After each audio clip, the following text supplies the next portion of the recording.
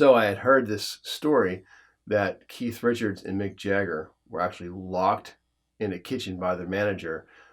He told them that they had to write a song before they could come out. At this point, they were just playing cover songs. I believe it was Jumping Jack Flash that was the result of that transaction, which is pretty crazy. So the rest is history, right? So today we're going to talk about how to write music and where that inspiration comes from, the inspirato.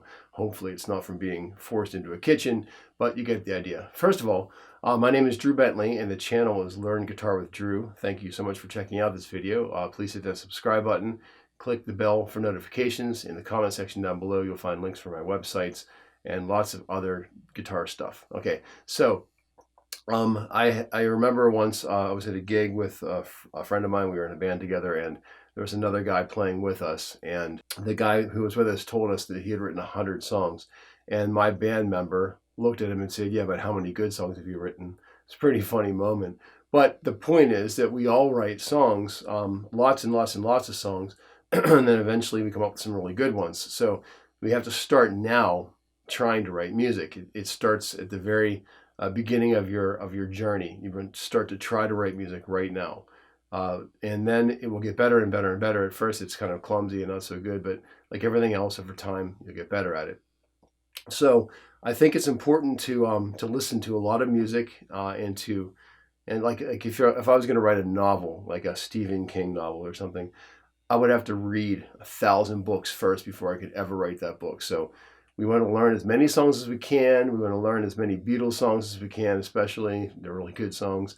Keep studying music, but at some point we have to jump in and try to write music. So the things you need to learn are some basic chords, just either C, G, D, A, and just some basic chords. You can get away with writing some music with just really basic chords. If you know some harmony, that's better. Kind of understand the way chord theory works, put some things together in a more logical fashion. But just knowing a few chords would be a good start. If you have a capo, that's not a bad idea either. You can change the key with the capo and make things sound different, and maybe not sound like, you know, the same old song with a capo. That might help you do that. But today's lesson, though, after you have some of those basic sort of fundamentals down, is how do we actually write music? Where does it come from? So I kind of believe that music is a very spiritual thing, and I think there's like a waveform that's in the air, like a collective intelligence. Sort of the idea like there's pyramids in South America and there's pyramids in Africa, and how can that be? How can both of those pyramids exist in the same place? And I think that the ideas kind of came from the same wavelength. Same sort of stratosphere, that we all reach into this place. Like, I don't think I actually write songs. I think they actually come to me.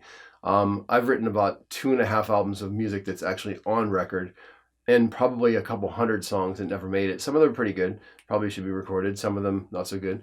But I'm always writing music. It's always coming to me. So the places that it comes from are either a melody. Sometimes you'll hear a tune in your head. Like Paul McCartney woke up with Yesterday in his head, and apparently he walked around for a couple of days and he asked all of his bandmates if they'd heard the song before. He asked his friends. He wanted to be sure that he wasn't just coming up with a song that he had already known or heard before. And when he was sure that it was his song, that he actually created it, then he moved forward and finished making the song into a great masterpiece. So this is one way that songs can happen to you. It's happened to me. I was playing a jam session, a weekly jam session we used to play. And one day I was leaving the jam session and I had a tune in my head and I was singing it on the way home. And when I got home, I solidified the song and made it into a song. It was called Crazy Crazy Way by J.D. Strum. And so I was leaving the gig and I was singing, "She's got a crazy, crazy way." And so I went home and I kind of worked out the chords, "Crazy, crazy way," to find out a way how to make the chords work for the melody. "Sing, okay, you take the deep dark night and make it bright as a summer day." So that entire song came from me hearing a melody in my head. I had the tune. I took the tune and wrote music. Another time I woke up with a song in my head. It's called Distant World. It's now an instrumental piece, actually, on the Bull Horizon record. But I heard the song in my head, and we were recording a record at that time, and I went straight to the studio and immediately recorded it before I forgot it. I wanted to capture it. So That's the first thing, is it could be a melody, just a tune that pops into your head. And sometimes you can capture them, sometimes you can't. Let's talk about that for 1 second. So you can't always be on call for music. It's being a musician is a lot like being a farmer. Like, first you grow the crops, and then you harvest the crops, and then you take them to the market, you sell them, and then you let the fields grow fallow for a little while. You plant some seeds, and then the songs come back to you, and then you record them, and then you sell them. And so there's a process. We're not always able to have these songs come to fruition every single time, because we would never sleep, we would never eat, we would never see our families, we wouldn't actually live our lives. I guess maybe in heaven we can say, like, hey, I'd like 10,000 years please to go plug into a cloud and jam out and write some music.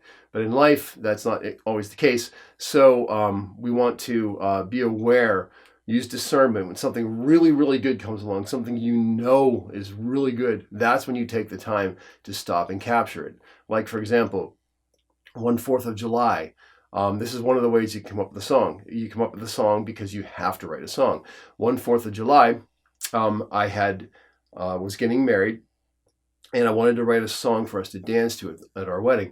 And it came to me on the 4th of July while we were engaged. So I was like, sorry, honey, I really can't come out today because I'm busy. And I couldn't tell her why I was busy. That didn't go over so well. Luckily, I still got married. But the song came out and was a good song. I'm actually in the process of writing a song right now for a very important reason. Because the reason came up to write music, I'm kind of raising my abilities, I guess, or my sensibilities to the moment to create music now because I need to. So that's another way. So it could be a tune in your head. You can have a reason to write a piece of music, like getting married, something like that. Another thing that can happen is you can have a chord progression in your head. So sometimes that happens to me where I'll be playing around with some chords, like this song.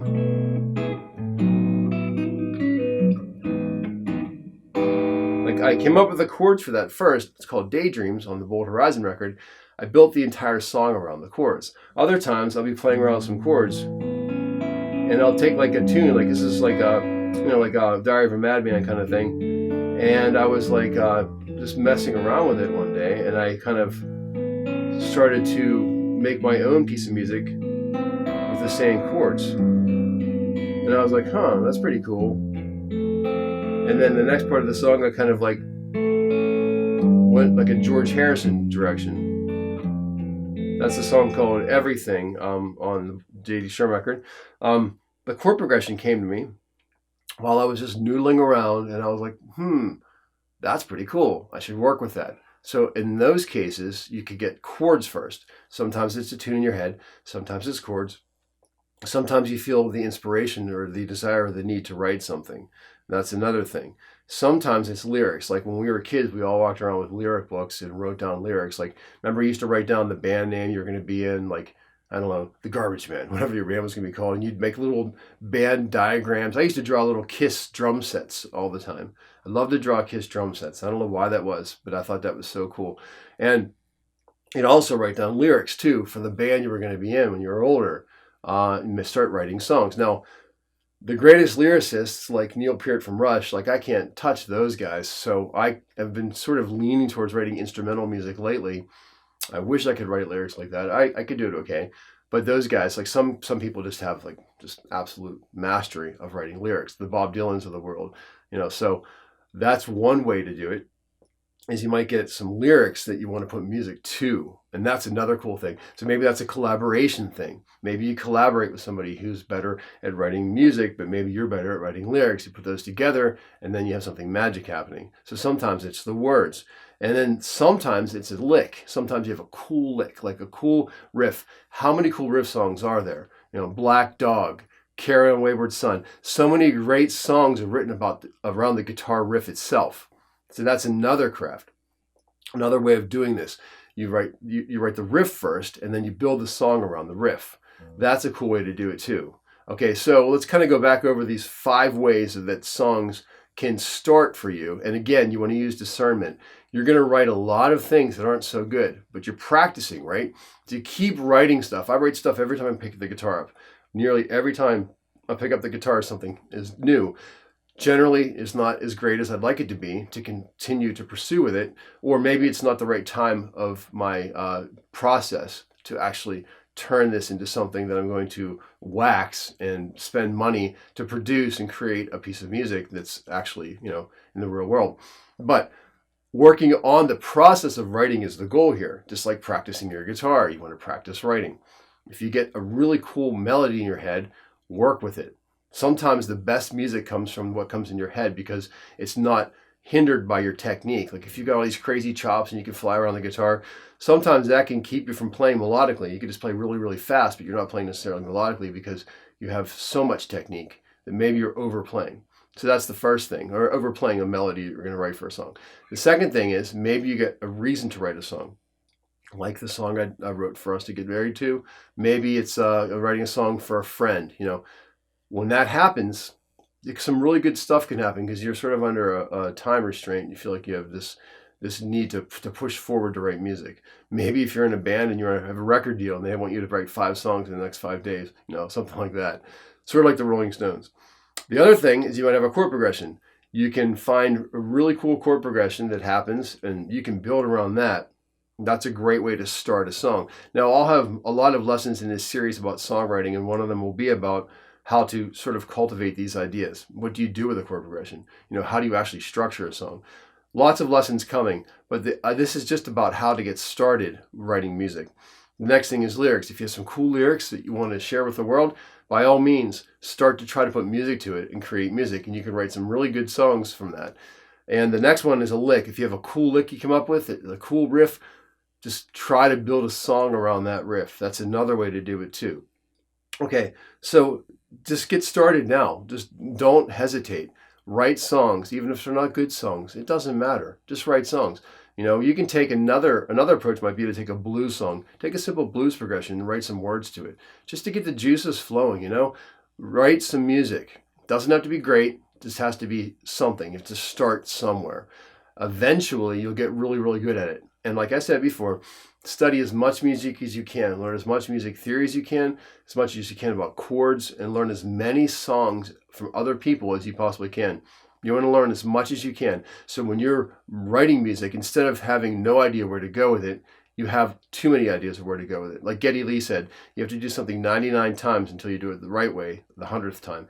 It's probably more than that, but the point is that, like, the more you know, John Mayer had said, information leads to inspiration. That's a great quote. The more you know, the better you're going to be at writing music. So you just keep learning more and more about music. So when it comes time to write, you're not stuck and have no idea where to go. You have lots of ideas of where to go, right? So writing music's a lot like a baby that's born. You don't know where it's going to grow up to. You don't know what it's going to become when it grows up. It may be a firefighter. Maybe it's going to be a police officer. Maybe it's going to be a doctor, a lawyer, a football player, an astronaut. Who knows?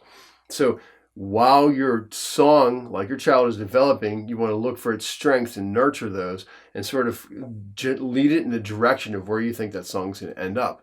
You know, that's kind of what you do. If you feel like a song should be a country song or a blues song, or it should be like something you do as a solo artist, you know, keep an eye on that too. If you feel like it's going to be better with just you and an acoustic guitar, then go that direction. But just start now. That's the most important thing, and try to find the inspiration. It will come to you. I don't think I actually have ever written a song in my life. I think it just kind of comes through me. I think that the more that I learn in the study, the better I get at it, just like anybody else. And that's what we do here. We just try to get better at what we're doing. Okay, well, hopefully this was helpful for you for starting to get going with songwriting.